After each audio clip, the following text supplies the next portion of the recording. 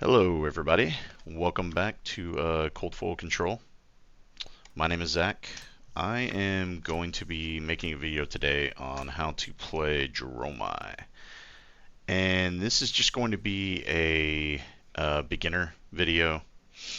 Um, we'll probably advance everything from beginner to expert level on how to play her. I just wanted to go over a lot of the beginner stuff because there might be new people trying to join the game thinking that Dromai is Um, just very unique hero to play. She does have a lot of crazy interactions, and she is actually one of the more difficult heroes to play. Some would say up there with Kano and Dash.io, but I just wanted to go over some basics with her to start with, and then we'll get more advanced with her as we continue on. But first, we'll start with just the basics. So you have your hero, your weapon, and your equipment suite. The Crown of Dominion lets you start with a gold, and the majority of your Dromai setups, whenever you get to the higher stages of Classic Constructed, this is for Classic Constructed, it's not for Blitz. Um, you run Crown of Dominion because you have a card called the Tome of Imperial Flame that lets you utilize that more effectively. So the equipment I'm using is more for CC competition equipment. It's not for just casual.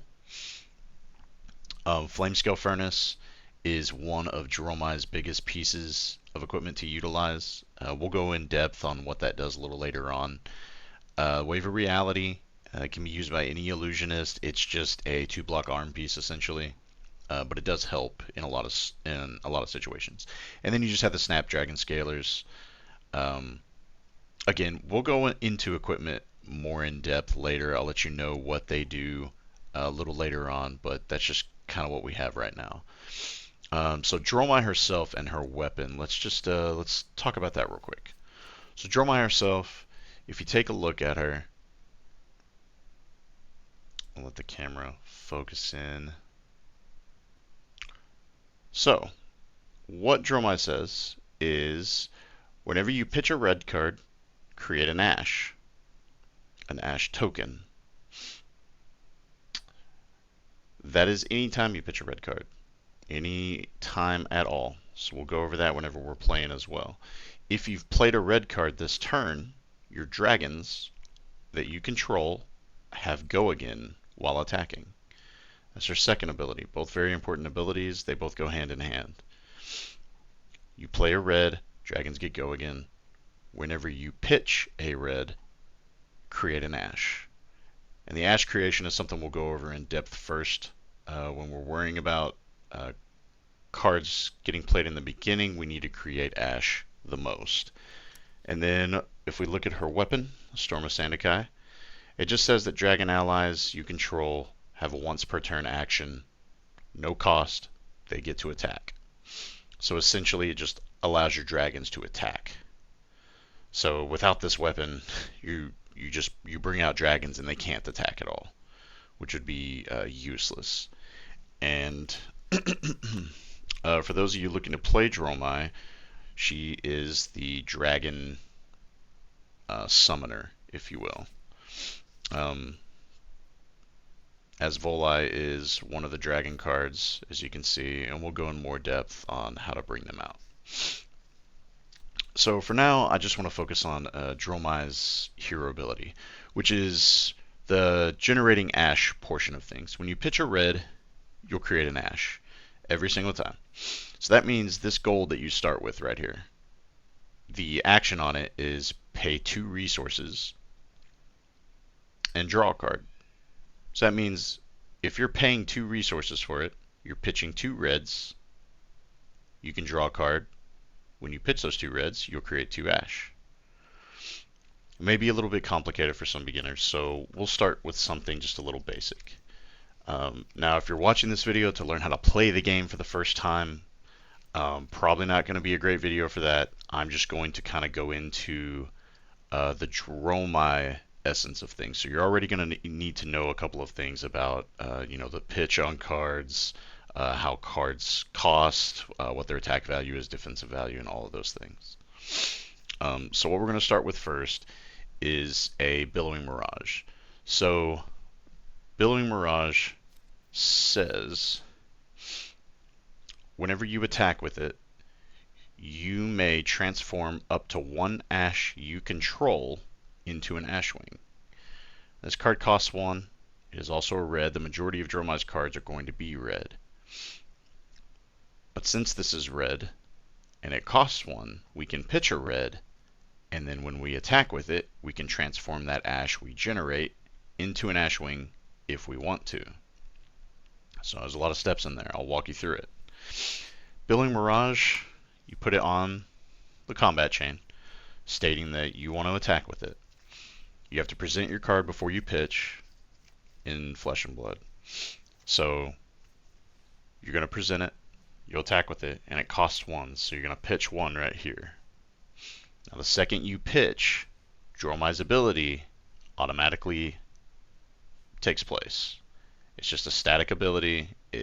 There's no window of opportunity in there. There's nothing. It just, you pitch a red, creates an ash. So we'll go ahead and create this ash.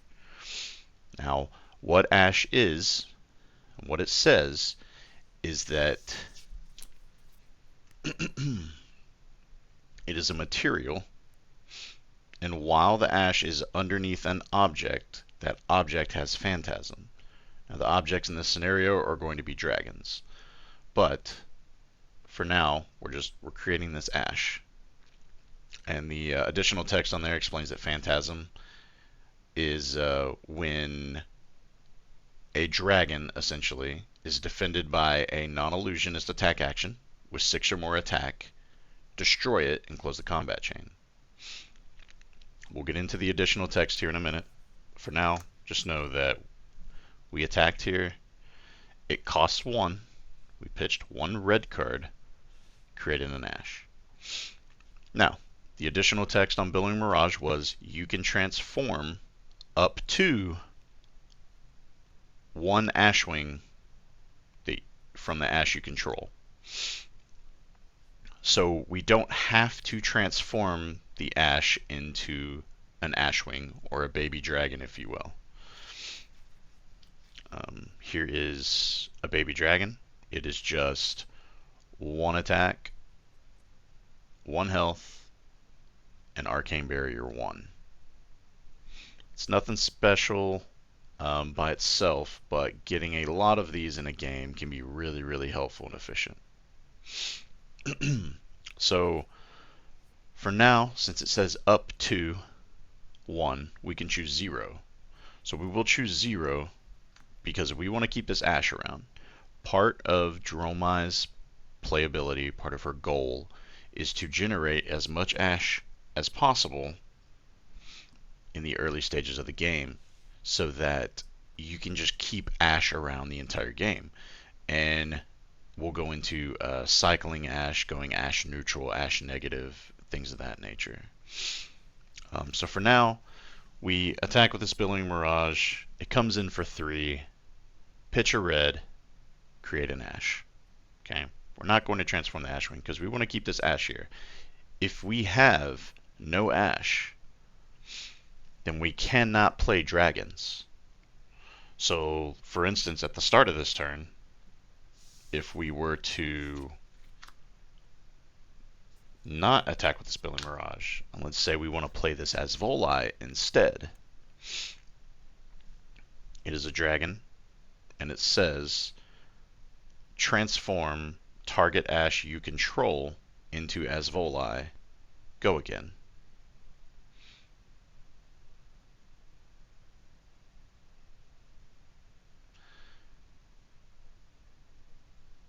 And at this point in the game, we have not created any ash because it is it's turn 0, very first turn of the game. We don't have the ash created, so we cannot just play the Asvolai. He costs 0. We're not pitching for him or anything. So we can't target an ash because we don't control any. So we cannot bring him out. Even if you have a dragon that costs 1, like Mirror Guy, you do not have ash to target, so you cannot play him. he does cost 1, so if you're thinking you can play him out, pitch a red, then generate an ash and create him, that's not how it works. You have to have an ash already made to create the dragon first. So one of Dromai's bigger issues in the game, which used to be a bigger issue than what it is now. Now, once you get a hang of things, you can create ash pretty easily. But it's the turn 0 not having any ash and being unable to bring out any dragons. So, let's go back to the Billing Mirage, coming in for 3. We're pitching here. We're creating an ash. We're not going to transform the ash into an ash wing. We're just going to declare this as our attack. We're coming in for 3. Our opponent more than likely blocks 3, and then it goes back to our turn. So now, since we have this ash here, we can bring out dragons. We have an ash we can target, no problem. So what we'll do is we'll play that mirror guy that you saw earlier, and essentially says the same thing as the Asvoli does. Transform target ash you control into a mirror guy. Go again. So you play the mirror guy. It costs 1. You'll pitch the 1. And you will be ash neutral because it takes the same amount of ash. Now I'll show you this and how it's supposed to play out step by step. Start with the mirror guy. You play the mirror guy first, and you target the ash. So you would move this ash underneath the mirror guy, and then you would pitch the red card, and it would create another ash on the back end. And that is how the dragons essentially become ash neutral, because even though you're moving this ash underneath this dragon, you're creating another one on the back end because mirror guy costs 1.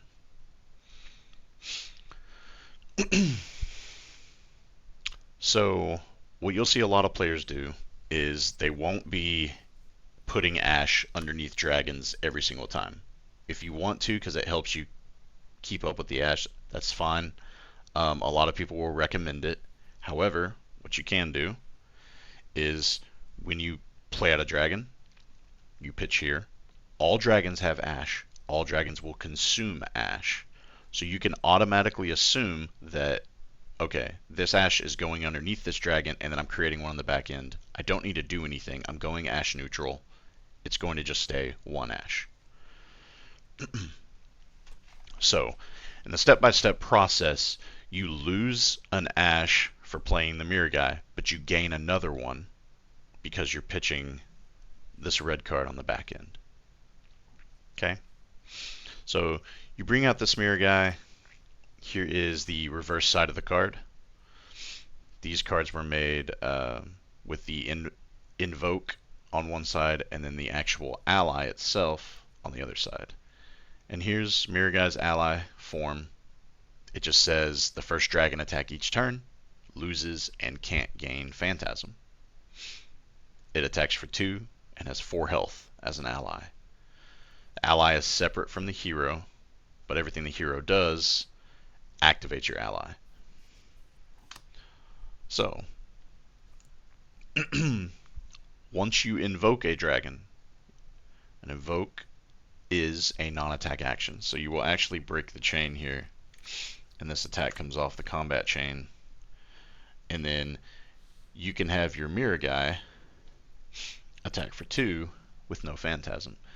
And if you remember, the ash is what gives each of your dragons Phantasm, which says that if they are blocked with an attack that is non-illusionist, that has attack 6 or more, 6 or plus power, it will pop your dragon essentially. It will destroy your dragon on block. Now, Mirror Guy is one of the better dragons because it eliminates the phantasm that the ash provides. So you can attack with Mirror Guy without any consequences. It's going to come in for 2 damage. They may block, they may not. But your dragon will not be destroyed upon attacking with it, and they block with a 6 power because of the dragon's ability. Now, I know I went in a little bit in depth there on what the dragon does and allies and things of that nature, but we're going to try and stay focused on this ash creation. We're going to go into our next turn. And normally what would happen is your opponent would attack your ally here. He's only got 4 health. Because allies stay on the board every turn until they're attacked or killed, normally your opponent would attack this dragon instead of attacking you. That way you have to start over creating dragons. But for the sake of learning, we're going to say that our opponent doesn't. Our opponent just attacks us, deals some life damage, and we keep our dragon. We go into our next turn. So on our next turn, we have 2 dragons in hand. One of them is a 1 cost like Mirror Guy was. One of them is a 0 cost Dromai. Now, in this scenario, we only have 1 ash. So if we play the 0 cost dragon, that will eliminate our ash entirely. We're not pitching it on the back. We're not pitching anything on the back end to create a new ash. And then we have the 1 cost dragon. And this is the part where we can cycle the ash. Because we're going to pitch a red on the back end, we're still going to maintain that 1 ash that we started with. So what you want to do is you want to play out Kyloria and pitch here. And what that's going to do is put the ash underneath the dragon, pitch a red on the back end, create a new one. So you go ash neutral again. And we'll bring out Kyloria.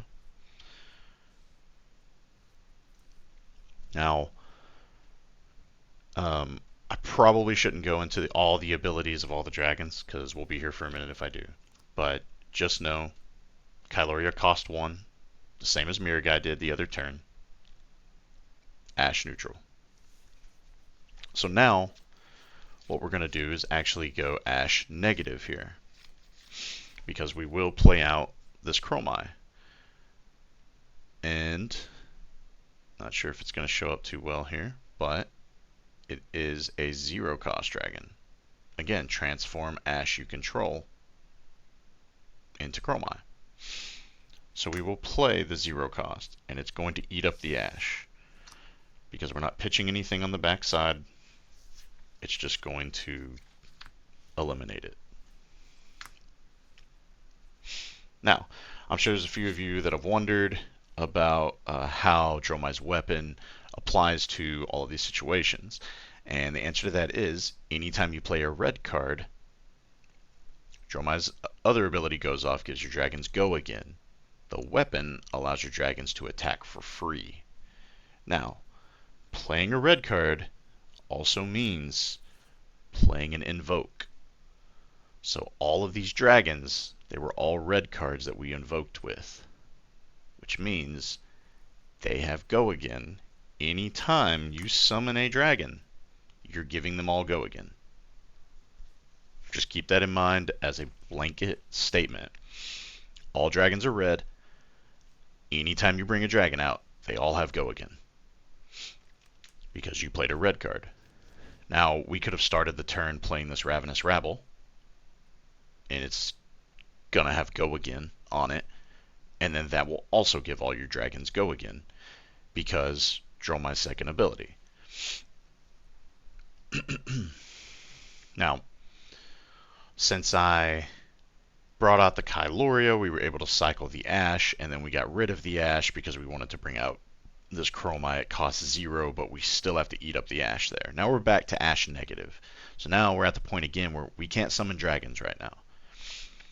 This is a part in Dromai where you don't want to do this unless you have a way out.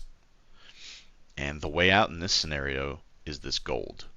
Because at any point, if we come to where we have a hand that is not able to generate ash, we can pop this gold,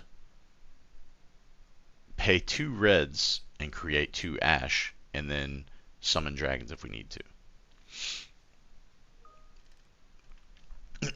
So right now, we brought out our dragons. Since we played a red card, they all have go again. We can attack with every single one of them. We can go 3 and 2 and 2, and they each have abilities, and they all have go again.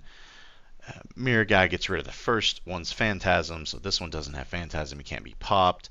But, you know, Kyloria comes in, and he still has Ash underneath him. They all do. And he can still be popped. If he's blocked with a 6 attack, then he will die, and Phantasm goes off, and he's no longer there. But for now, we're just going to, we have an extra card in hand. You know, we weren't able to play it. We're just going to arsenal it. And then we're going to go to our opponent's turn here. And we're going to draw it.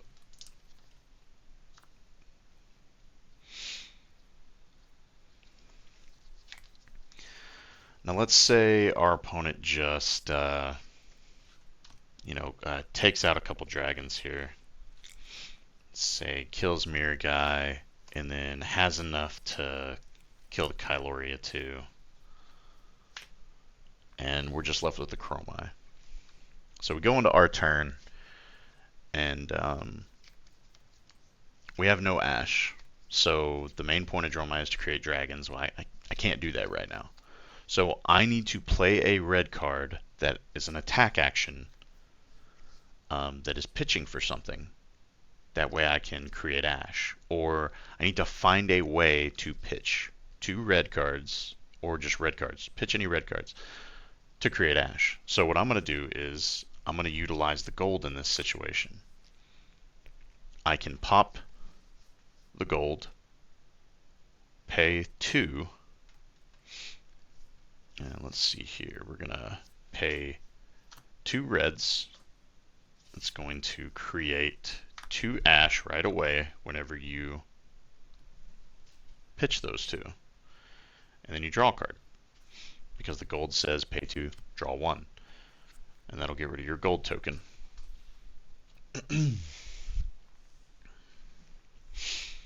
So now that we've done that, we still haven't played a red card, but we have generated some ash.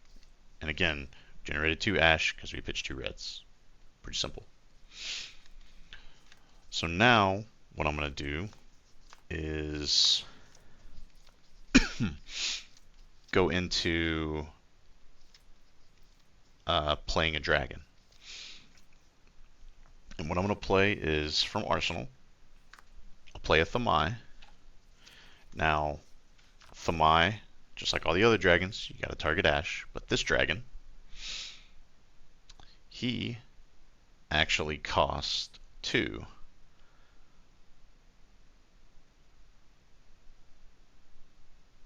If we can get it to zoom in on the top right corner, there you go. This dragon actually costs 2. So you're actually going to go Ash positive whenever you play this dragon, because you're going to have to pitch 2 reds for it. Or you should. Because the majority of Dromai decks run reds. So we're going to play the Dromai, and we're going to pitch 2 for it. So we pitch 2 like this. So Dromai ate up 1 ash. We go to 1. Then we pitch 2 cards to play it on the back end. So now we go up to 3 ash. So we started with 2 ash, played Dromai, and essentially went up an ash because Dromai costs more than the rest of these dragons. Now, a lot of reason for doing this. You get more ash out of it, and you want to build up ash throughout the course of the game. Playing these 0-cost dragons is super strong. They eat through your ash a whole bunch, but it's a free red essentially on playing them. They don't cost anything. You can have a 1-card hand like this, block with your entire hand, keep one card in Arsenal and it's a 0-cost dragon, you can play out your 0-cost dragon and all it does is eat up this ash and you can have an entire turn just because of that. So building up the ash is important, and that is kind of just the beginner tutorial on ash generation and trying to cycle your ash and try to build it up over the course of the game. Now there are other cards. Let's Arsenal here.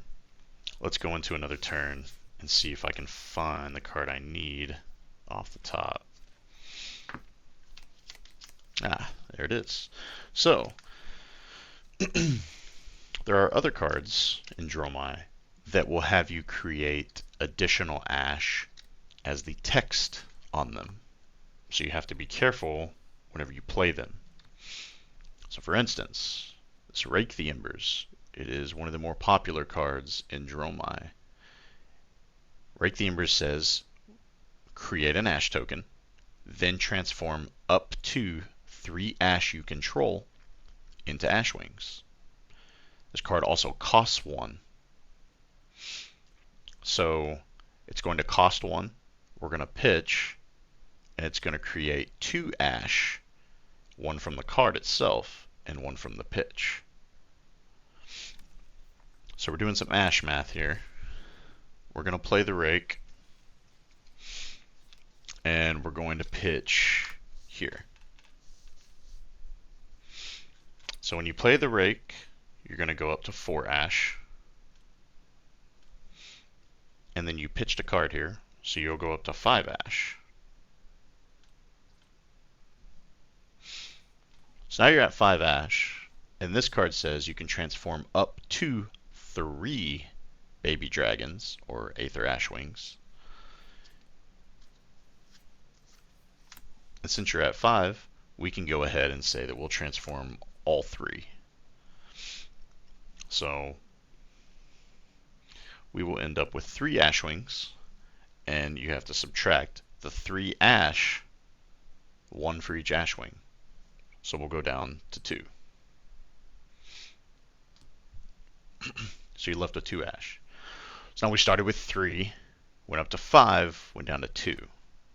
So when you get in the habit of playing Dromai, and you have additional ash like this, you'll get in the rhythm of playing a Rake the Embers, pitching a red, and just going down 1 ash, going down 1 to create 3 baby dragons. Now, Rake the Embers is the one that gets kind of tricky for newer players because it does say create an ash on the card, and you pitch a red, so your Dromai ability is also creating an ash there. So you just have to remember when you play these cards that say create an ash on them, because there are multiple ones. Rake the Embers isn't the only one. You have to create it twice because you're going to pitch a red and you're going to play the card at the same time. And all these cards count as playing a red. So your dragons have go again. So now you have 3 little dragons that all come in for 1 each that you can attack 1 at a time. Now, your opponent probably will block with a 6 attack. So pop, pop on your first dragon. So then you would go down to 2 dragons. Now remember, all your dragons have ash underneath them. It's not an exception. There's no way for them not to have ash underneath them. They all take it up. They all have it. So if you're a player that makes you feel comfortable about putting each individual ash underneath the dragons, then go ahead and do that. But if you don't feel the necessity for you, or you can grasp that each dragon has an ash under it, then go ahead and play a little bit less crowded, if you will. I have seen players get 1,000,000 ash tokens, and they're playing these games, and they have all these cards everywhere, and they're just flipping ash underneath dragon here, and it helps them keep up with it. It really does, but it creates such a a crazy board state because as Dromai, you have a ton of cards that are going on your board. You can get into some of these matchups with Guardians, for instance, where you have like 10 dragons on the board, and each of them needs an ash underneath them, and that's 20 cards. And if you're putting these cards on top of your previous cards, then you're looking at about 30 cards on your board because you wanted to put ash under every single one of them. So playing like this, it's a little bit more clean, and you're not having stacks of cards the entire time. But as a new player, do what feels comfortable to you. So that's pretty much it in a nutshell for ash creation. Now, that's beginner level ash creation. We can get a lot trickier with creating ash, and I'll show you how. So let's start a turn over here. Let's actually let's say that your opponent has taken out all your dragons. All dragons are gone, and you've used up all of your ash. No more ash. Let's draw up here. And it's back to your turn. You don't have gold anymore. You don't have seemingly any way to create ash just off the top. Your hand is a bunch of cards that say target ash, but you have none. Okay, and your arsenal that you saved is a Sigil of Solace. So this is a intermediate, if you will, way to create ash. This is why the Flamescale Furnace is so important in Dromai. If you play Dromai, this should be the first piece of equipment you get. Whether you're playing her in a beginner level, intermediate level, expert level, does not matter. You should get Flamescale Furnace first if you are dedicated to playing Dromai. As far as legendary equipment pieces go, this one is cheaper. And Dromai really only needs this to build a successful deck. The rest of these pieces I have are just pieces that that I like to play with. There are plenty of pros out there that actually don't even play with Crown of Dominion because they don't want to play with the new Tome of Imperial Flame. I think Crown of Dominion, Tome of Imperial Flame is probably the best, one of the better power cards in the game. So this would also be a legendary you need to get. Again, on the cheaper side of things. So is Flamescale. But this should be the first one you get. Now, if we take a look at Flamescale here, what it says is once per turn instant, pay a resource. Okay. So that dash and then resource emblem is paying a resource. Then you gain resources for each red card in your pitch zone. Activate this ability only if you've played a red card this turn. And then temper block 2. I won't go into temper and block 2. Hopefully you already know what that is. But the once per turn instant, meaning you can play it on either person's turn, pay 1, then gain a resource for each red card in your pitch zone. Activate only if you played a red card. So, let me show you how to utilize this in an effective manner where your whole hand is only targeting ash and you have none. Because you cannot play any of these red cards. Can't play any of them. Here's your dragons. They say target ash in order to bring them out. We have none, so we can't play them. Right? Flamescale says play a red card. Can't play sand cover. It says target ash. You can't play the Skittering Sands because it also says target ash. So, we start with playing the Sigil of Solace. It can be any red card, but Sigil of Solace is nice. It's just a 0. You gain 3 life by playing it. Now that you have played a red card, you can activate Flamescale Furnace.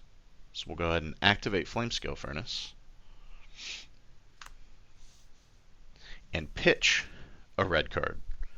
Let's pitch one that we don't need, right? We don't need whatever this is. Now that we've pitched a card that's red, now we have that ash. Create the ash, and most importantly here, Flamescale says gain a resource for each red. You pitched one red, you still gain a resource here. So, you activated Flamescale Furnace to pitch this red. It gives you an ash and one floating.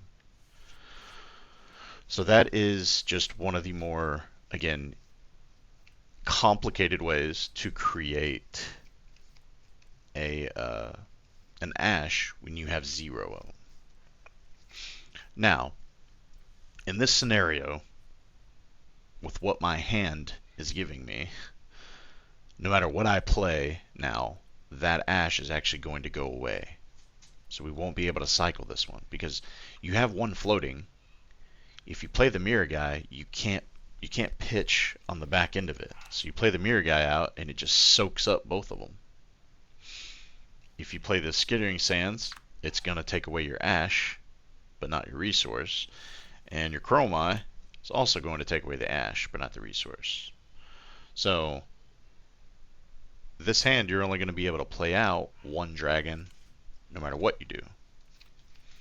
So a lot of people might play out Dromai so they can get another action point, because this is the action point dragon. Some people might play out Mirror Guy so that you can have no Phantasm. I would go ahead and play out Mirror Guy and attack for 2.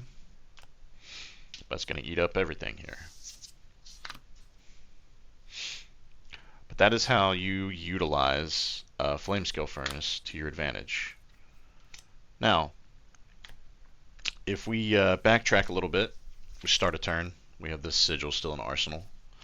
Let's say that your opponent cleared out all those previous dragons that we had out, and it's still their turn. It's the end of their turn. They're moving to Arsenal. And you say, okay, at the end of your turn, I'm going to play Sigil of Solace. Then, in response to the Sigil, I'm going to activate Flamescale. Because it's a once per turn instant. You can play it on your opponent's turn. So then you go ahead and activate that, and you pitch a red, and you generate that ash on their turn. That way, you have an ash ready for your turn. Now you're still going to float one here and create the ash here, but their turn's going to end. This goes away, this goes away. Your resource goes away, and now you start your turn with one ash and no resources, which means that now you can cycle the mirror guy, keep the ash out, because you're cycling 1 for 1, and then play the Dromai. So you can get out 2 dragons, use up all your ash, and you don't have to play the Dromai, right? You can arsenal the Dromai and save it for next turn if you want to keep this ash out. But either way, by playing the sigil on your opponent's turn, using Flamescale, pitching, you can have an ash ready for your turn. Another way to just create sufficient ash use when you have 0. There are a lot of ways in this game to create the ash.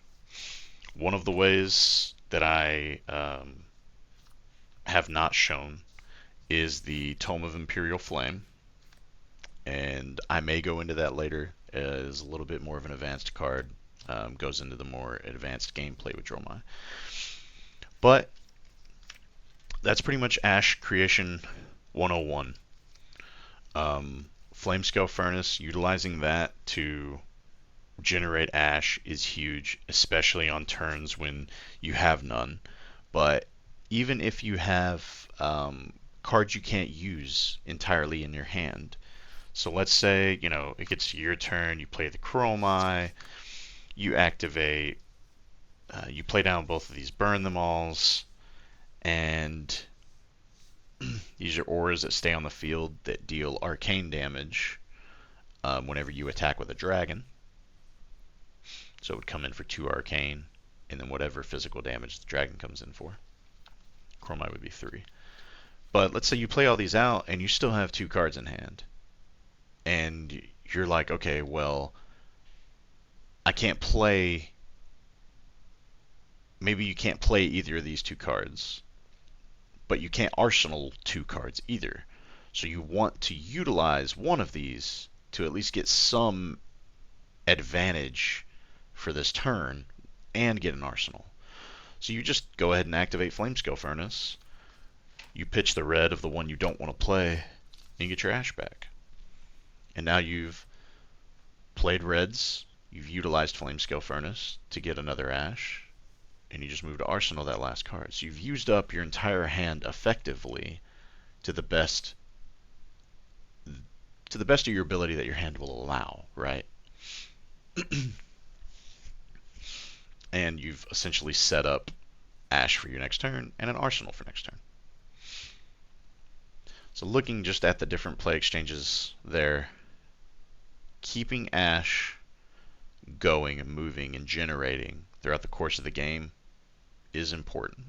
And learning how to generate that ash when you're down to 0, figuring out the different ways to get it, is a great way to learn Dromai, and it's imperative that you learn that too if you're going to play her. Now, one of the best starting plays, if you will, in Dromai, and a lot of players will do this just to set up.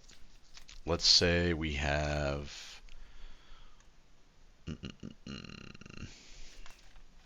let's find some cards real quick. Let's say we play out, we have no ash at the beginning of the turn. So what we want to do is pop this gold turn 0. We want to pop it. We only have 4 cards in hand, but we want to pop this gold turn 0 so that we pitch 2 and we automatically start with 2 ash, and we're going to draw, right? So this is just turn 0 play. You're already up 2 ash. Now you haven't played a red card yet, so you can't activate Flamescale, but we want to, let's say that we want to just build up more ash on the turn 0. We have 2, but you know what? We want to get to 3 or 4. Let's see if we can do that. So with our hand, we see a Billowing Mirage, which costs 1 to play. So we go ahead and do that. And you know what? That'll kick us up to 3 ash, because when you play this one, it creates an ash. Then it says you can transform up to 1 Ashwing, which means we don't have to. So we can keep that 3rd. Now, this is, we pitched 2 for the gold, drew a card, played Billowing Mirage, pitching a card. So we still have 1 card in hand. Since we've played a red, and this is up to what your last card in hand is. You don't always do this, you don't always have to do this, but let's say that you want 4 ash right now. Since you've played a red, you can activate Flamescale Furnace, pitching here, going up to 4 ash, and also, since you pitched a red with Flamescale, you will gain a resource for every red that is here. So you get 4 resources from this. Do not have another 4, but you get 4 resources from here as well. Now we don't have any more cards in hand, there's nothing else we can do, but if we had, like, if this was a different turn and we had something in Arsenal that costs 4, that's an effective way to play out a 4 cost. But essentially turn 0, with the gold, we've created 4 ash to prepare us for the rest of the game. Now we're set up, now we can play Dromai to the best of her ability the rest of the time. We don't have to worry about a ton of ash creation and losing ash over the course of it. We're not going to lose 4 ash in a turn unless we're holding 4 zero-cost dragons. Even then, I wouldn't recommend playing out 4 zero-cost dragons in one turn unless you're just absolutely going to win by doing it. Because you want to keep ash around as long as you can. Even if it's just 1, you want to keep it. Now, there are some other intricacies. Let's say that we do attack with this Billing Mirage. We go down to 3 ash because we're going to create the ash wing off of it. So we create the ash wing. We have the Billing Mirage. Just 1 ash wing. Now, as I showed you earlier, the ash wing has an Arcane Barrier 1. It attacks for 1 and has 1 life. The Arcane Barrier, I kind of want to go over that for a second. If you played Flesh and Blood for a minute, you know that there is arcane damage in the game.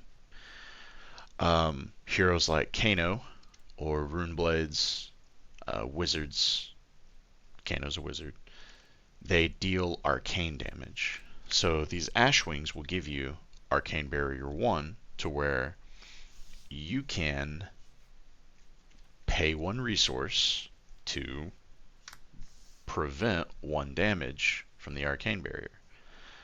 Because you are pitching 1 for Arcane, you are creating ash.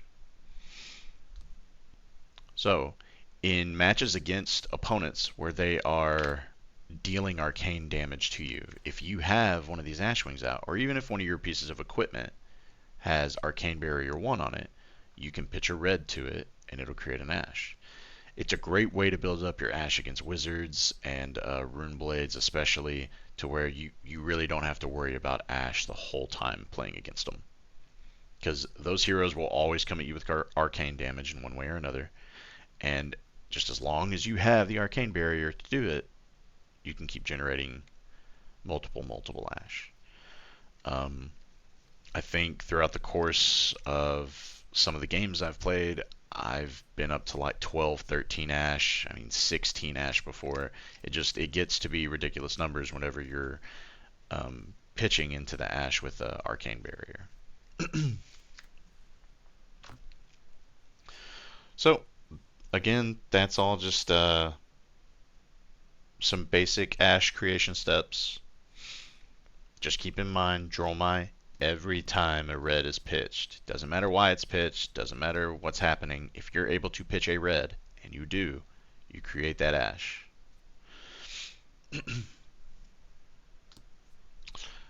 Now, going into some more intermediate plays with Dromai, figuring out what good plays are, what bad plays are, what you want to utilize and pay attention to in Dromai, and how you want to play it to the best of your ability, right? So let's go into some in-depth gameplay here. We figured out how the ash creation happens. Let's figure out how to attack with dragons effectively. Okay, each of the dragons does something different. They do something new, and they pair together a lot, and they pair together well. And you want to make sure you're pairing the right ones together too. So I'm going to draw 4 here. Hopefully there's a dragon in them. There's not. So let's just let's have a setup. We'll do the Billowing Mirage. We'll pitch here. It's going to create an ash for us. We won't create an ash wing. We'll move to Arsenal at the end of that turn, and we'll just draw up. Now, when I talk about pairing dragons together, let's see if I can find a good dragon. Here we go. Utilizing the different dragons with each other is paramount. Because if you're able to, then you can get around almost any hero that you're playing against. For instance, Mirgai is one of the paramount dragons in Dromai because of the phantasm that it gets around. So you can play Mirgai, pitching a red. It's going to cycle it. And let's get out a Mirgai token here. again, Mirror Guy says your first dragon attack each turn loses and can't gain Phantasm. It's only the first dragon attack, so every dragon after this one will have Phantasm because of the Ash that we talked about. So we're going to bring out this Mirror Guy, and now we want to pair it with a decent dragon. Okay, Mirror Guy with no Phantasm attacking for 2 is fine, but the other dragons in the game have way crazier abilities, and if you take away their only weakness, which is Phantasm, then you can deal a lot of damage, you can draw some cards, you can do all kinds of things. So here in this situation, I'm going to swap Arsenal real quick. We played the Mirror Guy. We're going to play out an Asvoli. We're going to activate Flame Skill Pitch here so that we maintain an Ash, and we actually just go up to 2 resources. So Asvoli comes out. Now, Asvoli may not be the best dragon to pair up with Mirror Guy, but it is an efficient dragon. And if your opponent does not have Arcane Barrier, then this dragon is really good. And what Asvoli says, and I know you can't see it right now, but it says whenever Asvoli attacks, you may... Actually, let's see here real quick. Let's see if we can... There we go. Whenever Asvoli attacks, you may have him deal 1 arcane damage to up to 2 targets. So, Asvoli can deal 1 arcane to 2 different targets. So for instance, if let's say you're playing against another Dromai and they have an Ashwing on the field. If Asvoli attacks, he can ping an Ashwing. He can attack 1 arcane to an Ashwing. You cannot prevent arcane damage to allies. It's part of the rules in Flesh and Blood. Arcane Barrier specifically states, and I believe it's actually on this card, if your hero would be dealt damage, you can prevent it with Arcane Barrier, but you cannot prevent an ally. So if Asvoli were to attack, he can deal 1 arcane damage to an ally an opponent has, and the hero that the opponent has. Now since this one attacks, and it's the first dragon attack, Mirror Guy makes it lose Phantasm. So it would be able to come in for 1 arcane and 2 physical towards the hero with no Phantasm. So they can't pop it, they can't just block with a 6 attack and have our turn end. They get to either decide if they want to take the arcane or take the 2 damage and go from there. Now since we played a red, dragons have go again because of Dromai's ability. Remember, the weapon just allows our dragons to attack. So since my dragon has go again, I can now choose to either attack with Mirror Guy here, or I can use my arsenal. Since I have 2 floating, there could be something dangerous in arsenal that I can still attack with. Now, with Mirror Guy, because the first dragon loses Phantasm, Mirror Guy still has Phantasm. So if I attack with him, and my opponent has a 6 attack that he blocks with, Mirror Guy will die. A lot of the times, Dromai players don't want to do that. Unless you're playing against an opponent that doesn't have a lot of 6 attacks in their deck, you kind of want to save Mirror Guy. You want to force your opponent to kill Mirror Guy. A lot of times that could take up their entire turn. That could mess up the math whenever they're trying to deal damage to you. It can do a lot of weird things that are complicated for them, not so much complicated for us as the Dromai player. So what I would do is I would attack with Asvoli.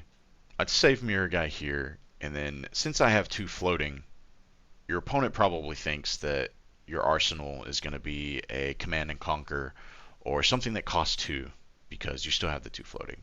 Now in this situation, it is not. It is just a Passing Mirage. Passing Mirage is a 0-cost aura that says your first illusionist attack loses Phantasm. So by playing this aura out with these dragons, my opponent now has 3 things on my board that they would have to clear in order for my board to be empty. Now, a lot of the times, unless you're playing Ninja, a lot of the times if your opponent will only be able to clear 1 or 2 of these things on your board. So over the course of time, you can build up your board because you can play down 3 things. They're only able to clear 2. Next turn, you play out 3 more things. They can only clear 2. And you can see how the math just kind of adds up and rolls and rolls and rolls. But right here, we would just, go to end. Move to end turn. More than likely, your opponent would kill both of these. Would kill the Mirror Guy and the Passing Mirage. But let's just say it takes out this Asvolai and the Passing Mirage. Something I want to point out before we let this Passing Mirage go is both of these cards can act as removing Phantasm from your first dragon attack. Because Passing Mirage says your first illusionist attack, just illusionist attack. This dragons are considered illusionist attacks. There are illusionist dragon allies. They attack, doesn't have Phantasm. Mirror Guy triggers on the first dragon attack. So they stack in a sense in a lot of Dromai decks, but there are certain cards that can get around it that will allow you to utilize the Phantasm from here and the Phantasm from Mirror Guy. But let's say opponent destroys both of those, leaves a Mirror Guy out for whatever reason. Maybe they just didn't have the 4 to clear it, so they could only clear 3, which was, Asvolai had 3 health. So then it goes into your turn, and you have a Mirror Guy out, which is super good, super fortunate, because chances are you're going to draw into another dragon, and you're going to be able to do some crazy things. So I'm going to play out this Kyloria, and let's pitch here. Cycles the Ash. We get the Kyloria out there. Kyloria says that whenever you attack with him, if he hits, you get to gain control of an item they control. If there is no item, then you draw a card. Or if no item has been taken in this way, you can draw a card. And I know it's not focusing for you to see that, but essentially, if it hits a hero, gain control of an item. If there's no item to gain control of, you draw a card. Is one of the better dragons in the mixture of things. And it attacks for 4, so it's a great break point. So your first dragon attack doesn't have Phantasm. You have no worries. You attack with this dragon. Now, they're forced to give you pieces of equipment and a card from hand, maybe 2 pieces of equipment to cover up this 4. It's just an annoying 4 that lets you draw a card. It's huge if it hits. A lot of the times they're not going to let it hit. But since I played a red, dragon has go again. So now I can attack with Mirror Guy again, or I can just leave Mirror Guy alone. In this situation, I can also play a Rake the Embers, pitching here. Now it says I can transform up to 3 dragons. So right there I would have only created 2 Ash. 1 from this card, 1 by pitching here. I have 3 Ash. I still want to keep an Ash, because I don't want to go Ash negative. So I only transform 2 into baby dragons.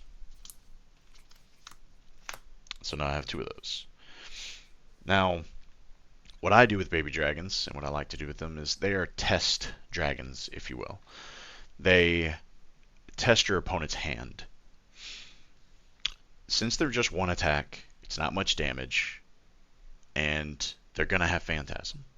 So if you attack with an Ashwing and your opponent blocks with a 6 attack to essentially end your turn as Dromai, because when the Phantasm triggers, it closes the combat chain and ends your turn if you don't have another action point. It loses, your dragon will pop, you don't get the go again, just loses everything, dies, your turn's over. You need action points in order to get around it, which the action point dragon, Dromai, will be the one that we need to utilize for that. So I call these test dragons, baby test dragons. They just ping for one, ping for one. If your opponent blocks with a 6 from hand, you don't care. You lost one dragon, it's fine. You lost a 1-cost dragon, it's fine. But let's say you do it, and they don't block. They take one, then you attack again, and they take another one. Well, maybe they don't have a 6 block in hand. So maybe it's okay to attack with Mirror Guy for 2. Maybe. I say maybe. I still don't take the chance on it, because Mirror Guy is more important alive than dead. And the easy way to kill it is to block with a 6 attack. So, attack with 2 Ashwings. If they take it, cool. You just snuck in 2 damage. That's all you have to worry about. You end your turn. And now it would go to your opponent's turn. They would probably kill Mirror Guy, but we're going to keep doing some Mirror Guy run-throughs here, some tests.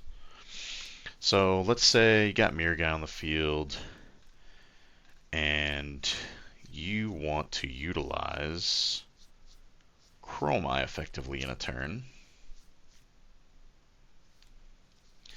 So let's try and do that.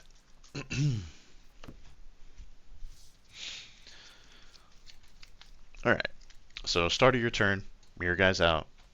You have the 1 Ash. We're going to play this Dromai out. It's going to eliminate the Ash. Dromai is the action point dragon. It's very important to know exactly what Dromai says and exactly how you need to read it and utilize him. Essentially, it's once per turn when Dromai attacks or leaves the arena, gain 1 action point. So, I played Dromai. He's a red card. My dragons have go again. Additionally, if Dromai attacks or leaves the area, I gain an action point. So in this situation, my first dragon attack doesn't have Phantasm. So this Dromai gets to attack. Since he is attacking, I gain an action point. Now, when the attack resolves, because he has go again from a red card being played, the go again resolves, and you get a second action point.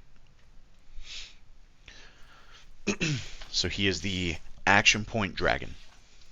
You get to stack your action points with him and make pretty good utilization out of those action points in any Dromai deck. For instance, so we played the Dromai, attacked with him. He doesn't have Phantasm. He cannot be popped with a 6. Everything's going to resolve and you're going to get 2 action points. Action point acts as a pseudo go again. So in this scenario, you can now attack with a Dust Up using one of those action points. Dust Up doesn't have go again. It's just a 0 for 4.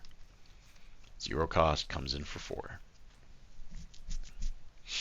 So it comes in for 4, and your opponent may or may not block 4. Let's say they let 1 hit. 1 hits through. You can create an Ash, and then you can turn that ash into an ash wing. That's what Dust Up says. Or you can just leave the ash there. We'll just leave the ash there because we want more ash for next turn. Now, I've utilized the action point. I still have an additional action point here. So let's say this card is an arsenal. And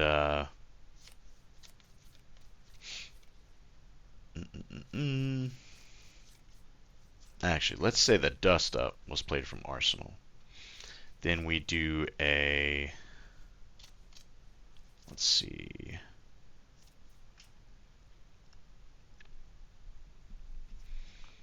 Let's do a breaking point here. Okay, let's just say that's an arsenal. We do a breaking point, however it is. We have multiple cards in hand. We have 5 cards full. We play a breaking point. We pitch here, gain another ash for pitching. Now we're using that last action point to come in for 5 because breaking point doesn't have go again. And right now I think it's 1, 2, 3 draconic chain links. And breaking point says if it's a 4 or a higher in the chain link, its ability would be active. So if you really feel like you want to activate breaking point, you can attack with Mirror Guy right here, and that would give you 1, 2, 3, and he would be the 4th one on the chain. But utilizing the other action point from Dromai, you get to play out the Dust Up with the pseudo go again, and then you can play this breaking point. And then, if you want to give the breaking point go again, you can use Snapdragon Scalers, an attack reaction that gives go again to anything that costs 1 less. You give that go again, and then you can play your arsenal. There's a Ravenous Rabble. Reveal the top card. Comes in with 5 minus the pitch value of the top card. So it comes in for 4. So you see how your chains can get very wide utilizing the action points from Dromai. Dromai has a lot of wide versatile usage. Like not only playing these cards and using Snapdragons and doing all of this, but if your Dromai comes in, doesn't have Phantasm, you get, 2 extra action point. You get an extra action point essentially. You can use that action point to play down Passing Mirage and still continue your turn with the 1 left. Because Passing Mirage doesn't have go again, but allows you to play it down. And now your opponent has to clear out 2 dragons and a Dromai if they want to clear your board, and that's huge. In this scenario, if you have the a rake in hand as well, then you can just rake the embers, create 3 more baby dragons, and now you just are building a crazy board state that your opponent is going to get behind on. So pairing the different dragons with Mirror Guy to where they don't have Phantasm is very essential in her deck. Pairing the different dragons with Passing Mirage. Passing Mirage is just another tool that acts as a Mirror Guy to remove Phantasm from dragons. Dromai Mirror Guy combo is great. Mirror Guy Kyloria combo is another great tool. One of the bigger, harder to pull off combos is a Mirror Guy into a Vincerikai combo. Vincerikai is a 3-cost dragon that comes in for 6. And if he hits, he will deal an additional 3 arcane damage. So pairing a Mirror Guy into a Vincerikai, being able to attack with Vincerikai with no Phantasm, means that your opponent has to block 6 or else they're taking an additional 3 damage. So you block 3, take 6, or you just remove 2 cards from their hand. And if you're removing 2 cards from their hand, you're on the upper side of winning in this in the turn-to-turn plays. You still have some additional dragons, such as Thamai, and Uvia, and Yindurai. They all have their uses. Yindurai gets an endurance counter when he enters the field. That endurance counter prevents 3 damage. Has a lot of uses. Essentially, it's 3 damage on the endurance counter, and then he has 3 health. If your opponent was to attack you with an on-hit, and the on-hit effect was draw a card, but it's only coming in for 3, and it attacks Yindurai, well, that endurance counter prevents 3 damage, so the on-hit won't apply. Because technically it did not hit your dragon, it just hit the endurance counter. So Yindurai is very useful in certain situations. Uvia, very useful dragon as well. This one is a 2-cost dragon. When she enters the field, you can create an additional baby dragon. She eats up 2 ash, but the beginning of each turn, you can create another baby dragon as long as she's out on the field and you have ash. Every time it comes to your turn, you go down an ash and you go up a baby dragon. Every single time. So when you have Uvia out, you really want to keep your ash as high as possible because she can just keep churning dragons out over and over and over. And if your opponent gets to a turn where they cannot end your dragons from having go again, then you can have an army of ash wings that just ping, ping, ping, ping, ping, ping, ping. Sometimes the game plan is to do that. Also something to note, against wizards, playing out an Uvia can be super crucial because right now I have 4 baby dragons out, and that's 4 arcane barrier. That means I can AB 4 when I am going into a wizard that's, trying to kill me on turn 1, turn 2. Not when I have dragons that are 4 out and I can just, pitch a blue, pitch 4 reds, whatever the case may be, to stay alive. Another important dragon to include into wizards, the most important dragon into wizards, is Thamai. This dragon just reads that opponents can't play cards or activate abilities during your turn.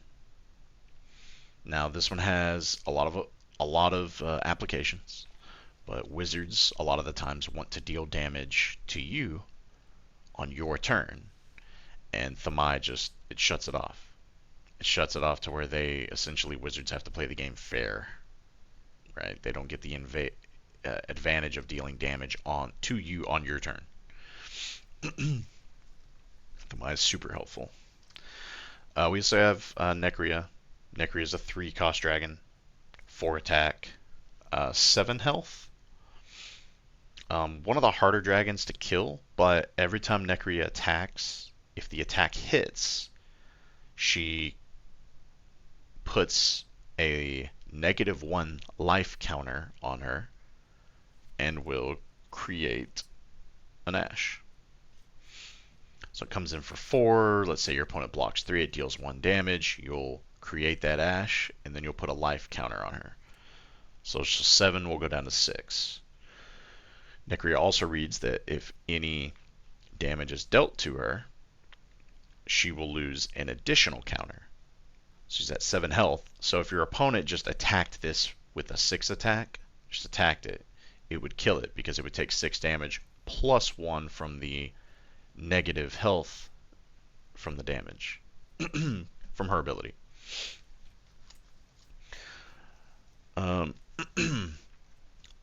Moving on to that should be all the dragons. Again, pairing a lot of those with the no phantasm, that being really the only dragon weakness, will yield you great results. You just have to figure out in what situations you need extra action points with Dromai, or you want to push damage with Vincergai, or if you want to draw a card with Kyloria. So many options, so many things that you can do with all of these builds. Now, moving to the big dragons. There are 3 majestic dragons that are harder than the rest to summon and bring out or get off, if you will. They cost way more than the other dragons, but their abilities are also off the charts. We'll start with the one that's probably most commonly known. This is Tomultai. Tomultai is my favorite art. You can see him up here in the background. I also have Dominia and Optimi back there too. But whenever Tomultai attacks a hero, you reveal the top 2 cards of your deck. If 1 or more red cards are revealed this way, put that many negative defense counters on an equipment they control. If that equipment has 0, destroy it. Everyone hates this dragon. Everyone hates playing against this dragon. Dromai loves this dragon. This dragon wins a lot of games for Dromai. This dragon is very clutch in a lot of ways. Your opponent may only have enough deck space in their deck list to run 1 arcane barrier. And if you play Tomultai and you take that arcane barrier away from them because they were running arcane boots or something, and now it's gone, the rest of your game you can play arcane damage from your deck and beat your opponent a lot easier. But Tomultai just pretty much says, I'm going to take 1 piece of equipment from my opponent. It's not anything they can interact with. They can't stop it. They can't prevent it. It's just, as long as there are 2 red cards revealed, I can destroy a piece of equipment more than likely. Now, the exception there is if you're playing against a wizard and you attack them, and let's say you attack the card called Stormstriders. Stormstriders is an instant that can be used once Tomultai attacks. So essentially he attacks, they can activate Stormstriders. So even though you're going to blow up the Stormstriders, they can respond to it to where you're not going to blow it up, they're going to blow it up. So Tomultai, great card, wins a lot of games. It costs 5. Okay, so a lot of the times you're going to have to pitch 2 blues in order to play him. And hope you have an Ash laying around, because you're not going to be able to cycle the Ash with him. You're going to have to pitch something big in order to play it. The other card that allows you to play out the big dragons is the Tome of Imperial Flame. I don't have it next to me right now, but let's see if I can find it real quick.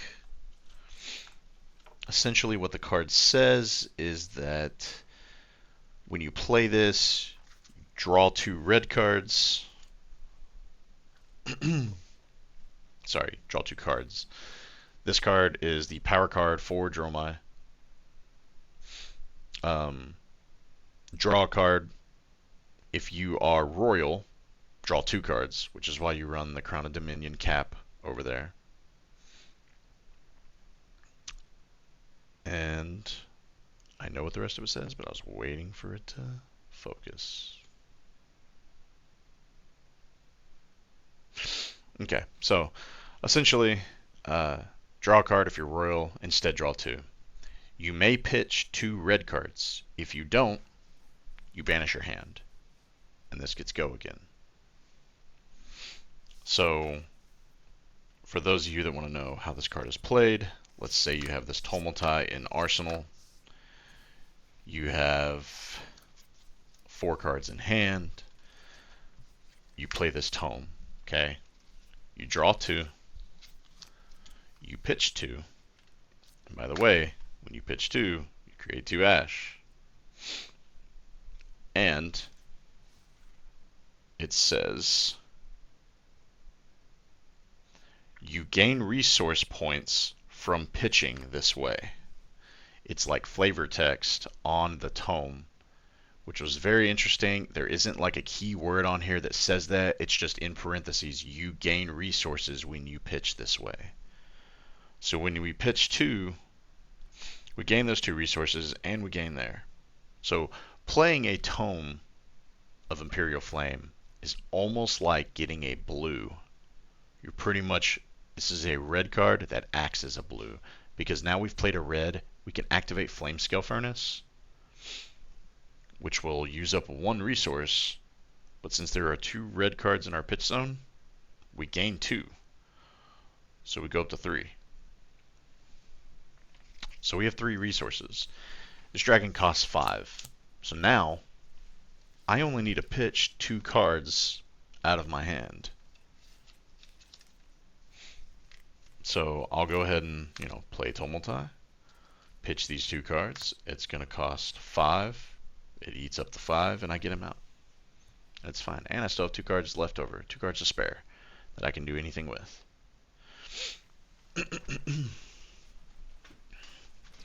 That is the method primarily used for getting out big dragons right now.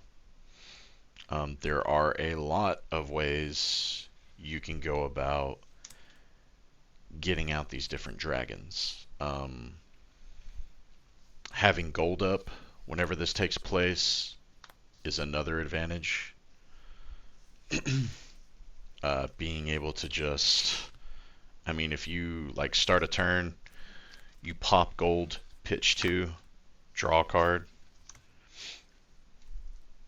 then you play Tome, you draw 2 cards, pitch 2, you gain 2 resources, then you activate Flame Scale Furnace, you go down 1, and you go up 1, 2, 3, 4, so now you go to 5 resources. And you're still holding 3 cards in hand.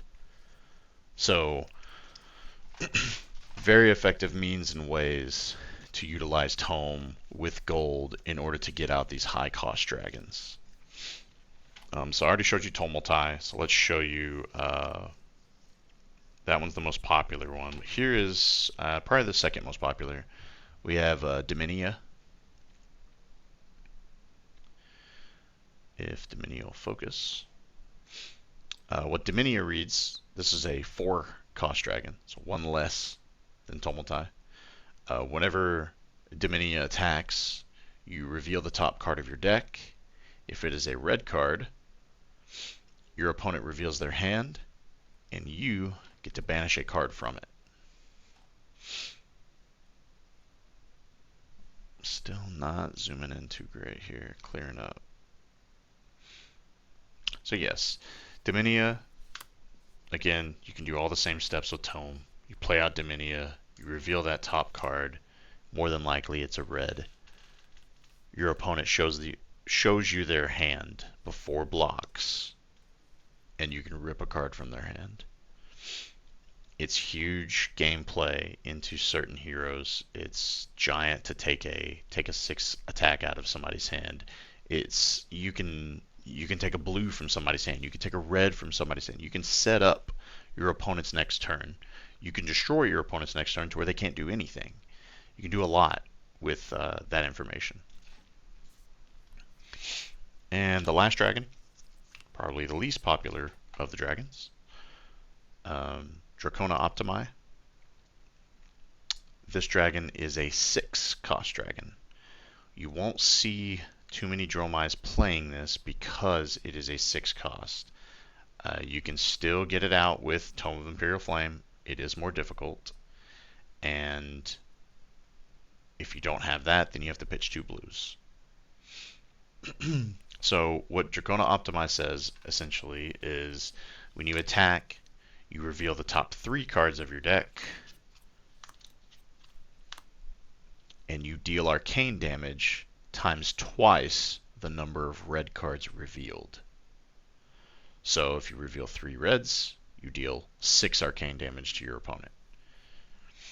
If you reveal, 2 reds and a blue, wherever the blue was, then you're dealing 4 arcane damage, and then 2 arcane damage, so on and so forth, dependent upon how many reds are there. So, again, each of these big dragons has their uses. Even though nobody plays Optimi, it's still a great like single source 6 damage arcane coming at somebody. You can close out games with that in certain situations, but it does take a lot in order to play each of these dragons. 9 times out of 10, though, it's probably worth getting them out. Each of them, of course, have health values and attack values all on their own. Dracona Optimi being the biggest attack value at 6 and 6 health. Tomotai is 5 with 5 health, and Dominia is 4 with 4 health. They just, cost 6, attack for 6, life 6. Costs 5, attacks for 5, life 5. Costs 4, attack for 4, life 4. But they're all useful in their own manners. And generally, anytime you get one of these out, your opponent will immediately either block with a 6 attack if it has Phantasm, or their next turn they will destroy it, kill it in some way. If somehow you can make it to where your opponent leaves one of these on the field for even just one turn, you have now gained a huge advantage in your game. Because, if Tomotai stays on the field for more than one turn, you're getting 2 pieces of equipment from somebody. That is just game changing. You shouldn't lose at that point. Optimize stays on the field for more than one turn. You just dealt 6 arcane damage. You're dealing 12 arcane damage with 6 more power behind it. Really big. Dominia, you get to set up your opponent's hand for another turn and strip another card from them. They're all 3 of them, if they stay on the field for more than one turn, becomes disastrous.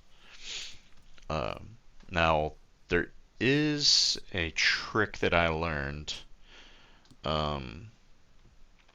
to playing some of these, and I believe I can make it, if you have the right cards and you're doing the right thing, I believe you can make it to where you get out Dominia and Tomotai in one turn, which can be cataclysmic.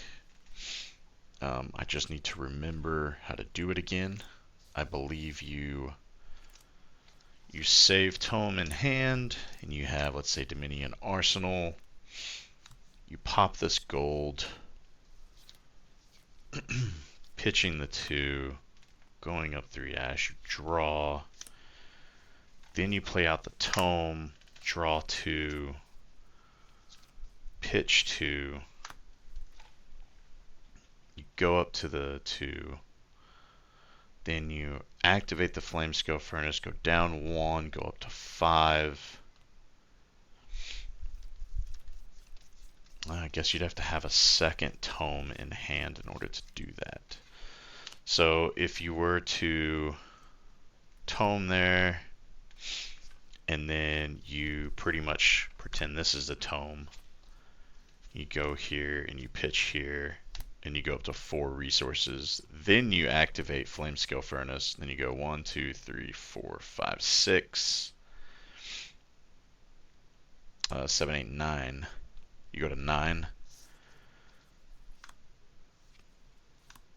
Then you play out 5 and 9, or 5 and 4 that utilizes all 9. So if you have a gold up and then 2 Tome of Imperial Flames in your hand, you can stack the resources just right to where you get out a Dominia and a Tomotai in a single turn. That is huge in some ways. Not so crazy in other ways. Reason being, let's say you get out both of these dragons and you attack with Dominia. Your opponent reveals their hand, and if they have multiple 6 blocks or 6 attacks, then Dominia can take one of them, but then dies to the other one, and then you never got to attack with your Tomotai. So you essentially just wasted playing your Tomotai, or you waste playing your Dominia because you can't attack with more than one of them. Now, if you had a mirror guy out from a previous turn, or you had a passing mirage out from a previous turn, making your first dragon not have phantasm, then you could do that, strip a card, attack with your destroy equipment. But just looking at the different like possibilities of a deck, having two tomes in one turn, a lot of people would be skeptical or just hesitate to play both tomes out. And a lot of times you wouldn't. A lot of times you play a tome and then arsenal the other tome for later. Save it so you can have two power turns essentially. But I mean, if you have a Dominion arsenal and you draw a Tomotai in hand from one of the tomes, and you draw into a second tome and you just go off with it, then you can reap the benefits. So there's just some of the more different plays you can do with Dromai. Didn't really go into a lot of the combos that the deck has, utilizing Chromai action points. Went over that, but there is some crazy utilization on action points on other decks. This was just a basic overview. So I would still label a lot of this as a beginner to intermediate gameplay. The expert gameplay, if you will, kind of goes into pitch stacking and learning what cards to save at the end of your deck versus different opponents, and learning what cards to play early. A lot of that is knowledge gained over time, and a lot of that is going through the matchups over and over and over and over. For example, like Dorinthia. The Dromai against Dorinthia matchups, a lot of the times you want to play out your attack actions first, and only your attack action, and you don't want to bring out any dragons for the majority of the game until you're getting to the end. Once you've utilized a lot of your attack actions out of the deck and there's only really dragons you can bring out, then you bring out the dragons and you try to finish the game off with them. Again, that's all stuff that can only be gained from playing the game. I can tell you that, hey, this is how this needs to take place, but accomplishing that is way more difficult than what it seems. So there is just kind of a beginner's tutorial on how to do Dromai. If you guys have any questions or comments, leave questions or comments in the comment section. I'll answer them if I can. I have been playing Dromai for a long time, since she released, so I've learned a lot of the tips and tricks with her, so I can generally teach anything to do with her. Won one pro quest so far with her. We'll see if it goes any further than that. But there are a lot of bad matchups right now. If you're trying to play Dromai, it's going to be a hassle. It's going to be tough, and you're going to have to get through a lot of difficult matchups in order to succeed with her. But that's it. I'm Zach with Cold Foil Control. Hopefully you learned something or enjoyed this video. Hopefully a lot of beginners did. Again, if there's anything I can add, leave comments in the comments section. Let me know. Y'all have a good one.